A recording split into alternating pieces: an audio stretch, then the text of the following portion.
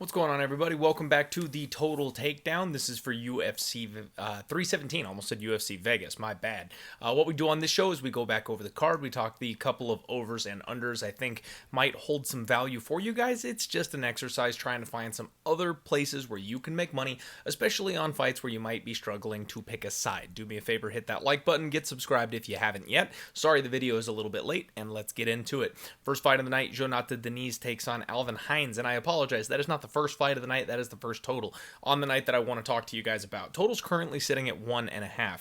The over is juiced minus 125 or so. The under 1.5 is minus 105. And frankly, guys, I got to look at violence here in this spot. Jonathan Deniz has UFC caliber experience. He is a world-class striker before he got to the UFC, and now he's taking on Alvin Hines, a guy who's essentially a Minnesota can crusher, a guy who's got no high-level experience. Yes, he's got that big head kick highlight reel in his last fight. I know he seems like a really nice guy, and a lot of people are like really pulling for him, but I don't see anything that has me believing that he's truly UFC level. I kind of just think he's a warm body, and I think he's going to find that out the hard way on Saturday. Now, if he is legit, and if he's able to get the grappling going, something we know Deniz struggles with, then I actually do think there's an opportunity for him to be the side here, and he can finish. He's got several submissions on his record. I don't know that he's good enough to actually go through with that, but I'm just saying for the exercise, both guys could potentially finish this fight, and if it is the levels difference that I think it is, I think this fight is going to end in a hurry. So I kind of like the under 1.5 at like even money minus 105, that kind of ballpark. Usually I like the greasy heavyweight overs.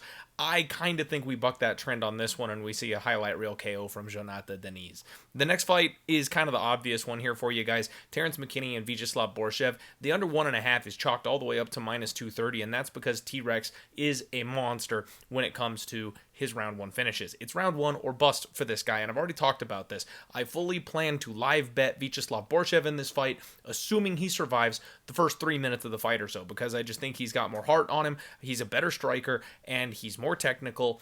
We've seen him take a beating and keep on coming deeper into a fight. That's something Terrence McKinney is fully not capable of. He is a great hammer, but a bad nail. Even if he does end up not getting his round one finish, I don't think he lasts long in round two for this thing to still go under. So I kind of like the under 1.5 here, minus 230. That is a disgusting price, you guys. I don't personally parlay 1.5 totals. If you're giving me a chalky price tag on fight doesn't go the distance or an under 2.5, then maybe I'll consider it. But these 1.5s, I'm not parlaying up a 1.5 unless I'm like dead certain it's definitely finishing. And as much as this one looks like it should, you just never know with T-Rex. You just never know with Vyacheslav Borshev. So yes, I do think it's under 1.5, but I just exercise a little bit of caution with that kind of a number because we always are trying to hunt for some kind of value here. Haider Emil and Jose Delgado. Under 2.5 here is minus 145, and I do like violence here in this fight. Haider Emil's been able to get in there and just absolutely punish and break everybody he's been in there against in the UFC so far. Jose Delgado is supposed to be an actual prospect, though, somebody that he might not be able to break quite as easily. I think we stopped doubting Haider Emil at this point. I think Haider Emil is capable of getting in there and breaking anybody the UFC puts in front of him at this stage, and especially somebody on the low on the experience edge like Delgado. Now, the flip side of this is I've actually bet against Haider Emil a couple of times. I know it has not gone well. I feel really stupid. But I think the issue with him is the foot on the gas pedal approach that he takes. If he doesn't break whoever he's in there with, eventually somebody is going to matador him. Somebody is going to be too fleet of foot. Somebody is going to be able to counter. Somebody is going to keep him off him. And when that happens, I'm not sure that Haider Emil has a plan B. I'm not sure Haider Emil will be able to survive in a prolonged fight where he is not the one pushing the pace. And so I actually think there's finishing upside here on both sides of this thing because Haider Emil can do what he does and just break this kid. But on the flip side, if Delgado is the prospect a lot of people say he is, I think he might be able to weather that early storm and then find a finish himself. So it's all team violence here in this fight for me. Jack Hermansson and Gregory Rodriguez. I want to talk about this one here. The over 2.5 is minus 145, and I've been looking at a lot of unders on this card, especially with how anti-violent the early prelims for last week are. I feel like we kind of get that swing back the other way where we start getting some finishes this week. This is more of a higher level fight. This is a fight where Gregory Rodriguez is coming off of getting finished. This is a fight where Jack Hermansson is going to have to finesse a much larger and more physical human being. Those equal over to me. Now, there's plenty of finishing power on both sides of this thing, but Jack Hermansson, generally speaking, is a submission artist when he finishes. Gregory Rodriguez is a BJJ black belt, and he's the much larger human being. So I just think there's going to be a tough uphill battle there for Jack to sink in some kind of a submission. Gregory Rodriguez can be a little chinny. We do have to acknowledge that. Jack Hermansson, he does have some TKOs. He does have some ground and pound finishes. So we cannot rule out a finish of any kind on that side of things. And while Hermansson is very difficult to put away himself, in fact, I don't think he's ever been finished, Gregory Rodriguez has massive power, massive table-turning, face-shattering power. So there's absolutely a way that this fight does not go the distance. But more often than not, I think Jack Hermansson tries to finesse Rodriguez. Rodriguez has some big moments. Maybe we get close to a finish at one point, get into a scramble where somebody's got a heel or somebody's got a neck, but they just don't quite give up. And this thing goes the full 15 minutes. I like over 2.5, minus 145.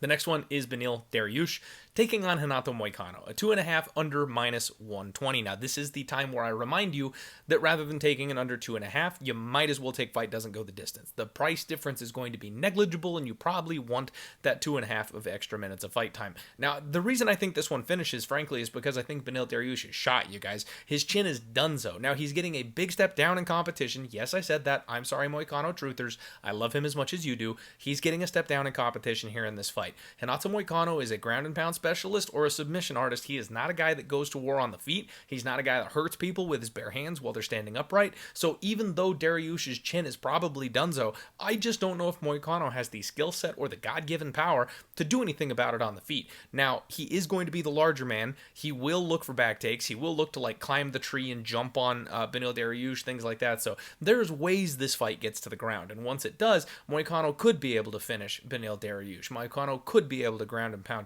Beneil Dariush. The flip side of this is that Renato Moicano cannot take a prolonged beating, and he doesn't have good cardio. So if he doesn't get that finish early, we've seen him go out on his shield a couple of times when the fight gets extended. In fact, he's coming off of a loss. Granted, it was to the champion. I'm not trying to say Beneil Dariush is anywhere near on that level at this point, but we know the kind of power that Beneil Dariush holds. There's been a couple fights where it looks like he's been on the defense for the first round. The fight gets extended, round 2 starts. He's the fresher man, and he comes out and starts landing bombs.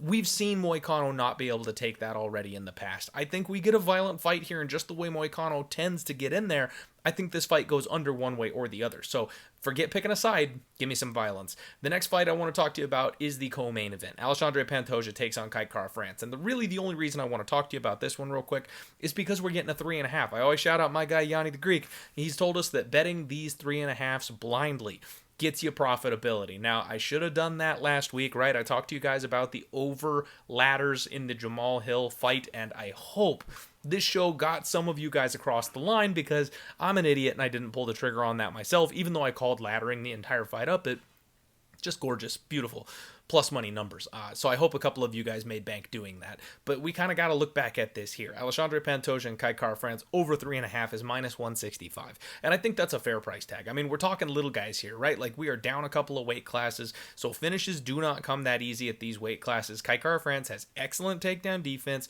so yes, Pantoja can submit him, but it's not necessarily going to be easy to wrestle him. Kai Kara-France has nuclear missiles in his hand. Pantoja is very difficult to finish and put away, as we've seen. I've bet on him getting knocked out many times very recently, and it just keeps not happening. Now, he is getting older and he is smaller, so eventually we know Father Time wins that battle. Somebody's going to clip him on the chin and put him away. Maybe it's Kai Kara-France this weekend. Maybe it is. But until otherwise noted, if you're going to bet this fight, you blindly bet that over 3.5, because that just seems to work. Main event, I don't really have a huge read on this one, you guys. I always talk about the main and the co-main just because those are the ones people are most interested in. But Ilia Topuria and Charles Oliveira is a bit of a mystery here to me.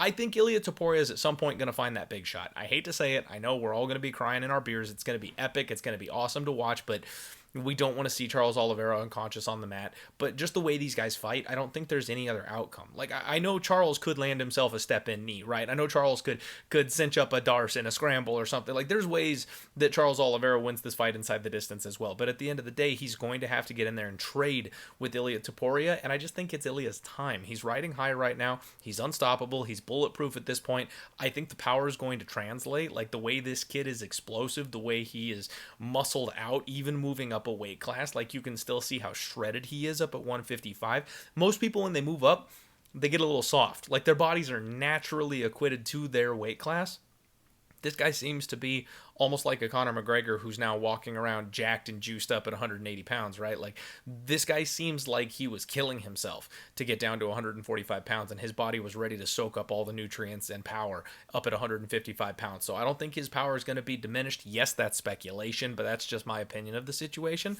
But I am struggling with this total. That's a real long way for me to get to the total, by the way. I'm struggling with this total because the 1.5 is minus 145 to the over. Ilia Topuria has already called his shot, you guys. He's already said that he's going to sleep Charles Oliveira within the first 3 minutes of the fight. I don't know if I find that to be truthful or not. Like, a lot of times these guys move up, even if the power does translate. It's not the same one-hitter quitter the way that it used to be. It takes a little bit of work, takes some body work. You got to go body, head. You got to wear them down a little bit. Charles Oliveira, while I think his chin is absolutely a concern these days, and it always has been basically for his entire career, I don't necessarily know that he's going to fall victim to a 145er cracking him in the first round. I kind of feel like it might take a little bit longer than that. So I'm kind of feeling a round 2 finish here myself, which makes it really uneasy to play an over 1.5 at minus 145, even though that's the way my gut says this fight's going to go. So again, this is me just talking about it because the main event of a pay-per-view card that we're all hyped up about, I want you guys to have my thoughts and opinion on it. I am probably not betting this, but I lean towards the over 1.5. In fact, let me change that. I am definitely not betting this, but I lean towards the over 1.5. That's the total takedown for UFC 317, you guys. Good luck. Let's roll.